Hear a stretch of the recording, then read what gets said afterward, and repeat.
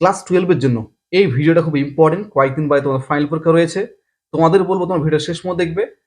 আগের সেটগুলো দেখার জন্য অবশ্যই তোমরা এই ভিডিও ডেসক্রিপশনে লিঙ্কটাকে দেখবে, তাহলে আগের সমস্ত অর্থাৎ 7টা সেট পেয়ে যাবে এবং বাকি সেটগুলো আমি কয়েকদিনের মধ্যে দিয়ে দেবো। তাই তোমাদের বলছি অবশ্যই তোমার চ্যানেলটিকে সাবস্ক্রাইব করবে বাকি ইম্পর্টেন্ট ভিডিও পাওয়ার জন্য। 4 এর নাম্বার তোমার কি থাকবে? Do as directed number pattern 1 into 6 equal to 6। Number 1 দেখো, the hermit lived in a wood which he never quitted. কি হতে হবে? Voice change. অ্যান্সার কি হবে? The hermit lived in a wood, এর কোনো চেঞ্জ হবে না। হুইচ, এবার এখানে দেখো কুইটেড পাস্ট ফর্মে আছে ভাবটা, ওয়াস ওয়ার পাওয়া যাবে। এবার হুইচ মানে উডটাকে বোঝাচ্ছে, এরপর কি হবে? Was. Never verb third form quitted by, হিটা কি হবে? Him. Number 2, eat some more son she said, narration করতে হবে। অ্যান্সার এরকম হবে addressing the boy as son, তাহলে এখানে বালকটিকে সে আর ছেলে বলে সম্বোধন করলো, কমা শি আস্কড হিম, সে তাকে অনুরোধ করলো। লিঙ্কে কি পাওয়া যাবে? To, to eat some more.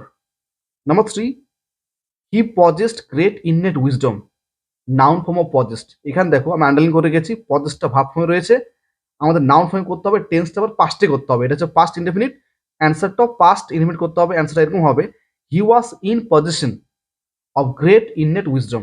Number 4, it had a long strap and she carried it slung across her shoulder. কি করতে হবে? টার্ন ইনটু কমপ্লেক্স সেন্টেন্স, এটাকে জটিল বাক্যে করতে হবে। এবার ইট হ্যাড এ লং স্ট্রেপ, এটা একটা লম্বা ফিতা ছিল। এবার যেহেতু, যেহেতু ইংলিশ কি? অ্যাস, তাহলে অ্যান্সার এরকম হবে as it had a long strap, comma অ্যান্ডের এখানে কমা দিলাম। এবার সি থেকে যা আছে কোশ্চেনে অ্যান্সার সেটা লিখতে হবে, she carried it slung across her shoulder. Number 5, there was a long pause, সেখানে একটা দীর্ঘ বিরতি ছিল। মেক ইট নেগেটিভ, এটাকে না বাচক করতে হবে। বাংলাতে কি হবে? সেখানে একটা অল্পক্ষণের বিরতি ছিল না। অ্যান্সার কি দেখো? There was not a short pause.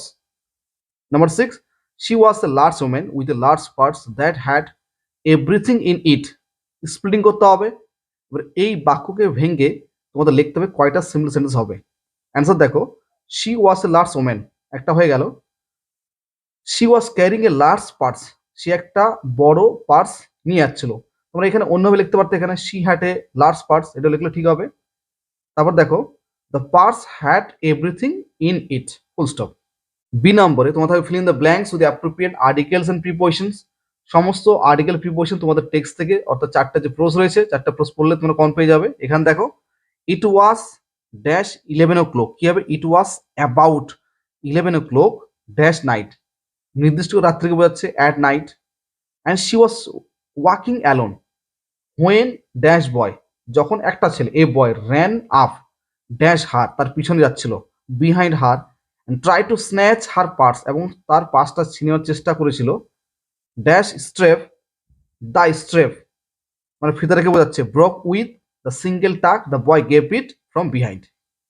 C number তোমার কি থাকবে? কারেক্ট দ্য এরর, এখানে 1 নম্বর একটি থাকবে। এখানে দেখো কি আছে?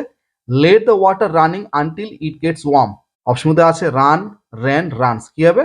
রান। তো ভিডিওটা এই পর্যন্ত। যদি ভিডিওটা ভালো লাগে অবশ্যই লাইক করো, আর পরের ইংরেজির ইম্পর্টেন্ট ভিডিওগুলো পাওয়ার জন্য চ্যানেলটিকে সাবস্ক্রাইব করো। সবাইকে এই ভিডিও দেখার জন্য অনেক অনেক ধন্যবাদ।